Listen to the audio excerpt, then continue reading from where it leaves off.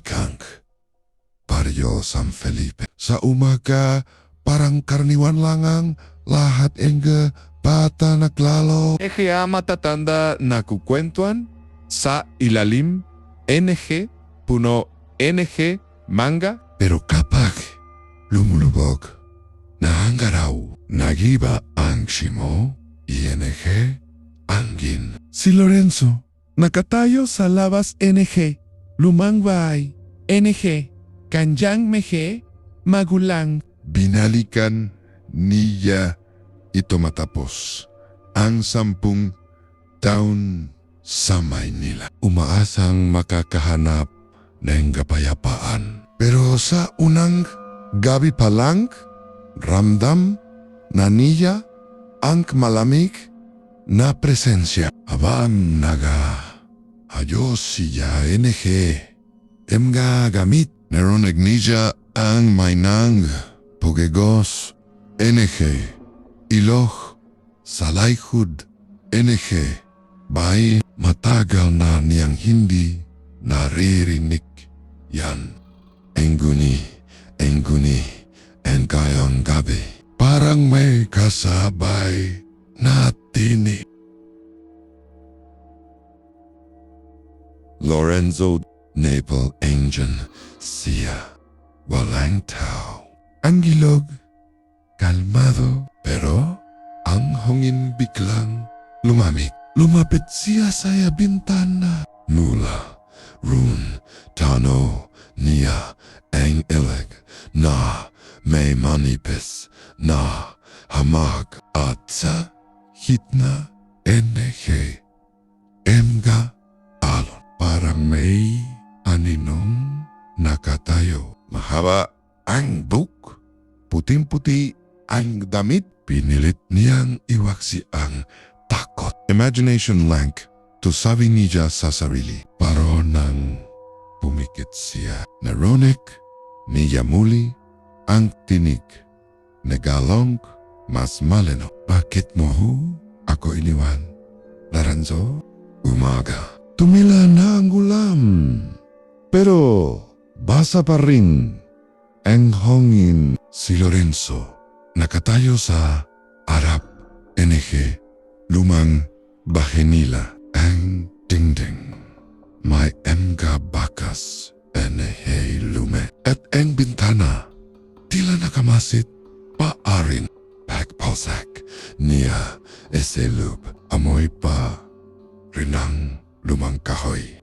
At essay sulak NG sala. Ang lumang litrato nila ni Amara nakatago sa isang lumang frame na basag na ang salamin. Napahinto siya. Bakit nandito pa to?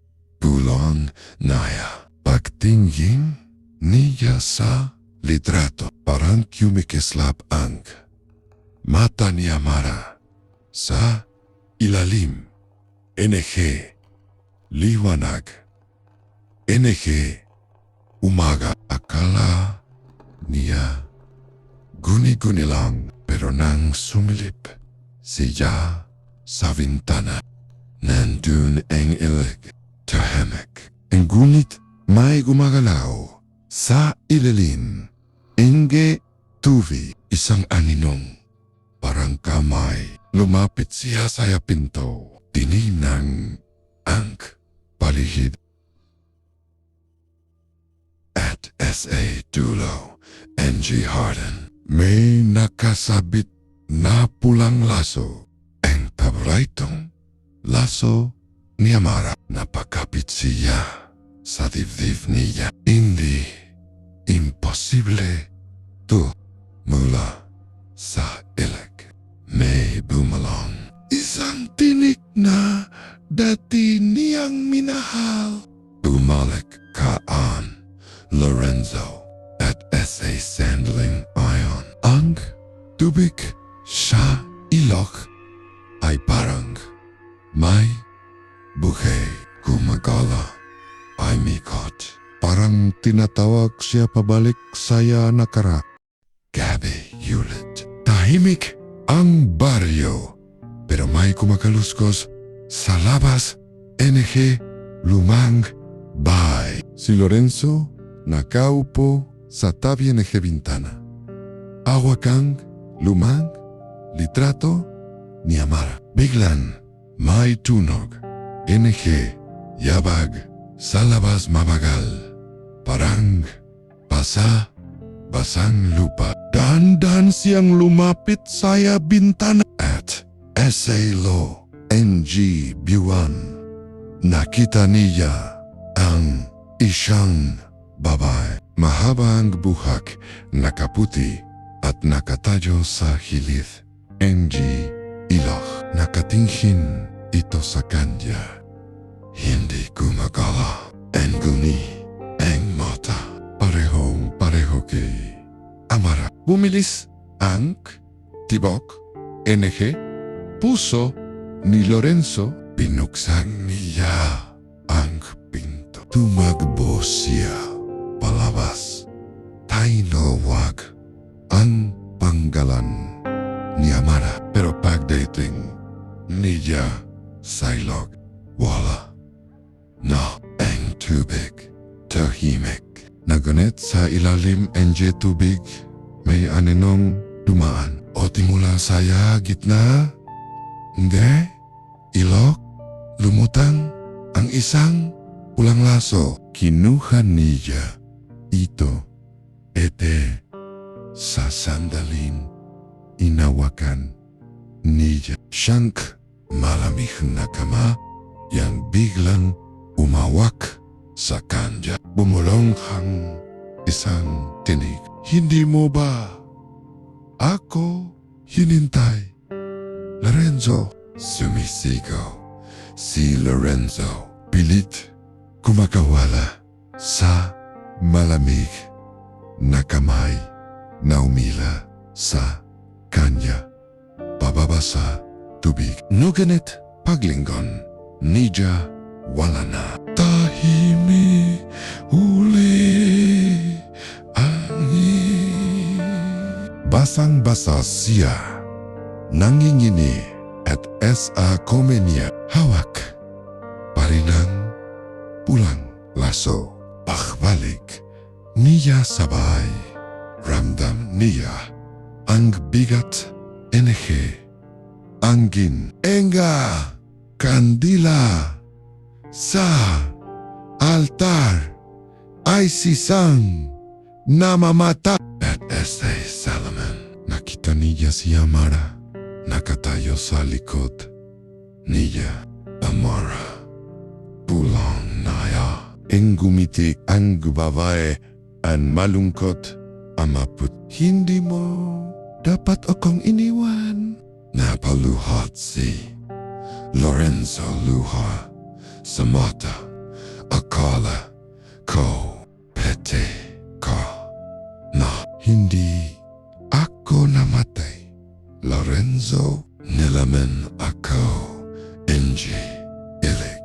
Dahil saya sumpa. Unti-unting dumidilim ang paligid. Sa bawat salitang binibitawan ni Amara ang gemehe pader.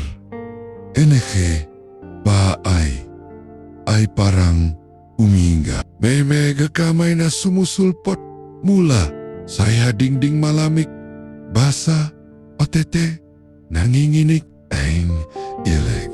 Abuhay ang ilok ang aking tahanan. At kilong ikunaang ining habang nakatingin si Lorenzo saya kanya. Unti-unti nang negising tubig ang sahig. NG baay. Utisa lo NG kanjang mahay mata. Nakikita niya ang sarili ni Yank lumuluvog. Gabi Pazrin at SA Gitna NJ Ulan. Pumalik si Lorenzo. Saya ilok kung saan lahat nagsimula. Bit-bit Nia ang lumang pulang laso ni Amara. Ang tanging ala-ala NH pag-ibig na hindi niya kayang kalimutan. Lumuhod siya saya tabi ang tubig. Nanginginig, Amara, kung naririnig mo ako, patawad. Tahimik. Pero unti-unting umalon ang tubig hanggang saya may kamay na lumitaw mula saya ilalim. Maputla, basang-basa at sa sumunod na sandali. Si Amara dahan-dahang umahon mula saya ilok. Ang makanilya ay parehong maganda at nakakatakot. Lua eti tubig ang magkasamang dumadalo sa kanyang pisngi. Bakit ka bumalik, Lorenzo? Hindi ba't sinabi ko na ang pagmamahal natin ay sumpa? Napatras siya, ngunit hinawakan siya ni Amara. At ese is ang iglap. Ang gilog ay biglang kumalma. Walang tanaw, walang hangin. Tanging tibok, NH, dalawang pusong matagaw nang tumijiw sa pag-ibig. Ngayon ay muling nagtak. Ang yakap ni Amara ay malamig, parang yelo na humihigop. Nanegit si Lorenzo ay hindi parang hinahataki ang ilo pababa. Amara, ayoko pang mamatay. Hindi mo kailangan mamatay, Lorenzo. Manatili ka lang dito saya ilalim. Biglang lumabo ang paligid. Ang ulan ay tumigil at ang ilog ay tila naging salamin. Ipinapakita ang mehya alahala nila nun. Ang unang halak. Ang Maria tawa sa tabing ilog. Otete ang gabing nangako silang hindi maghihiwalay.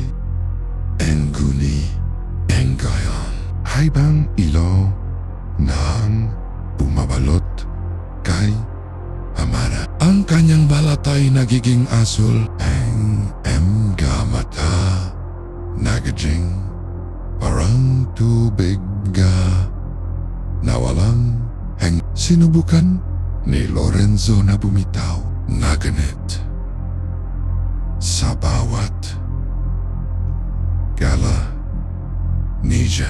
Mas humihigpit ang yakap ni Amara. Hindi mo ako iniwan noon, Lorenzo. Kaya hindi na rin kita pakakawalan ngayon. Ang kanyang mehya mata ay puno ng helwa. Pero ese ilalim nito may engi pag-ibig na ingi na makata. At sa sumunod na sandali, ang ilog ay muling umalon. Malakas, mabaksik, at si Lorenzo unti-unting inigop NH dilim sa ilalim. NG tubig sa ilalim negre maputing liwanag. Muling sumulpot si Amara. Mula saya tubig basang-basa, malamig, otete, tila buhay. Lumapit siya kay Lorenzo. Dahanda habang ang hilog ay kumakalma. Hindi ko sinasadyang hilahin ka. Gusto ko lang maramdaman ulit ang yakap mo, Amara. Hindi kita kailanman nakalimutan. Pero hindi na ito ang mundo natin. Hawak kamay silang tumingin. Saya, isa, dalawang kaluluwang pinagtagpo, unpackable at sampa. Sa huling pagkakataon, jumakap si Lorenzo kay Amara.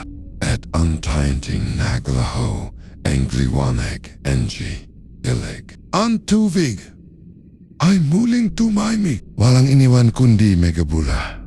Otat ang malamig na hangin na parang bumubulong. Ang pag-ibig minsan kailangang pakawalan. Sa umagang sumunod tahimik ang buong baryo. Walang ulan, walang hangin, parang uminto ang mundo. Sa pampang anggilok, natakepuan nila si Lorenzo. Nakaupo, nakatingin sa tubig, awak pa rin ang lumang pulseras ni Amara. Nuganet, ang kakaiba, basa ang buwan, palihit niya. Kahit hindi naman umulan buong gabi, lumapit ang matandang si Aling Sion. Ang tagapangalagan, ang alamat tempala. Mahinahon niyang sinabi, hindi mo dapat binuhay muli ang ala-ala na nage Lorenzo? Kapag minaan mo ang isang kaluluwang nawala na Laging may kapalit. Tahimik lang si Lorenzo. Tumingan si Ja sa tubig at sa refleksyon. Nakita niya si Amara nakangiti habang unti-unti siyang hinihigop ng tubig. Huling maririnig ang boses ni Amara.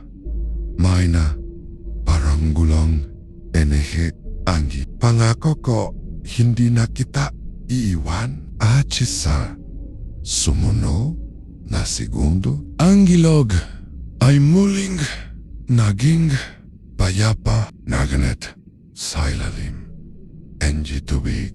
Dalawang anino ng galon ang magkakamay. Gabi, tahimik muli ang baryo paro may malamig na hungin na tila may dalang ala. Si Lorenzo, pagod odete basang-basa, bumalik saya lumang bahay. awak pa rin niya ang bracelet ni Amara. Pero ngalong May kasamong takot sa inga mata niya. Pagposak niya sa loob, napansin niya ang lumang litrato sa dingding. Isa rin larawan nila ni Amara. Nakangiti saya tabi NG ilog. Pero sa litrato, ang mata ni Amara unti-unting nabubura.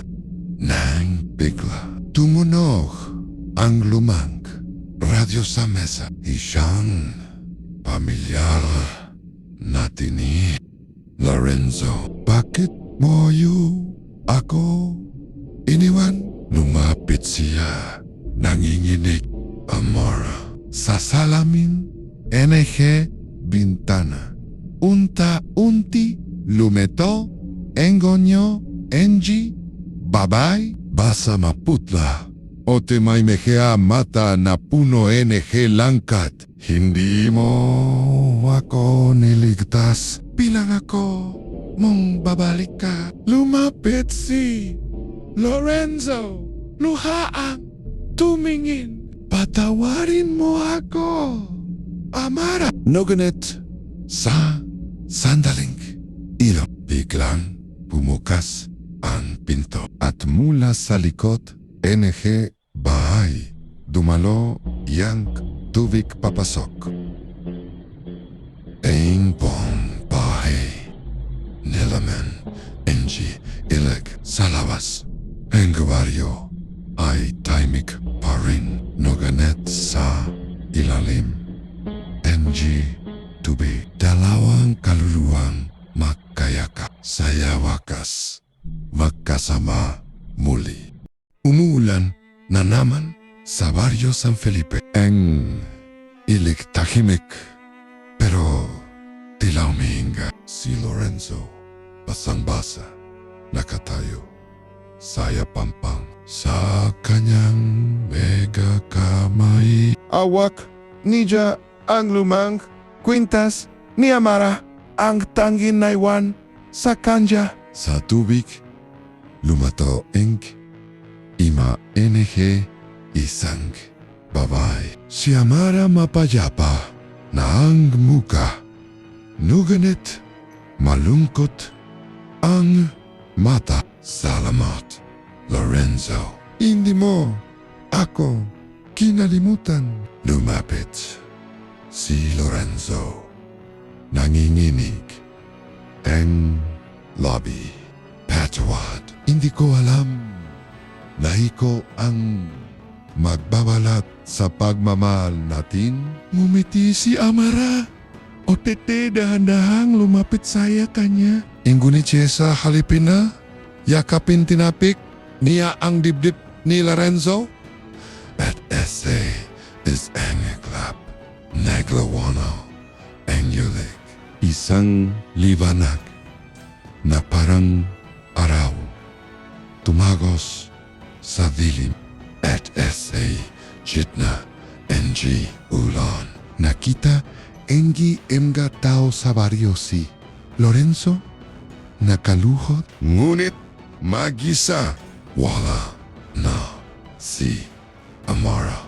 Odati, ang kwintas, wala na rin. Kinabukasan, tahimikang ilog, wala nang megabulong, wala nang kaluluwa, engguni, ese, gabi. Kapag may umuulan, minsan sa dulo, NG tulay, makikita mo si Lorenzo, nakatano sa tubig. At maririnig mo hang tinik, NG isang babae. Uwagi mo na kung ganapin, mahal, pahinga na tayo. Gabi na naman sa San Felipe. Tahimik na ang ilik. Wala na si Lorenzo. Wala na rin si Amara. Noganit sa bawat ampas, NG angin, ote, igos, enge, tubig. May maririnig, pearing mahihinang tinig, emga, salitang, tila nagmumula sa ilalim, NG, mundo. Hindi lahat.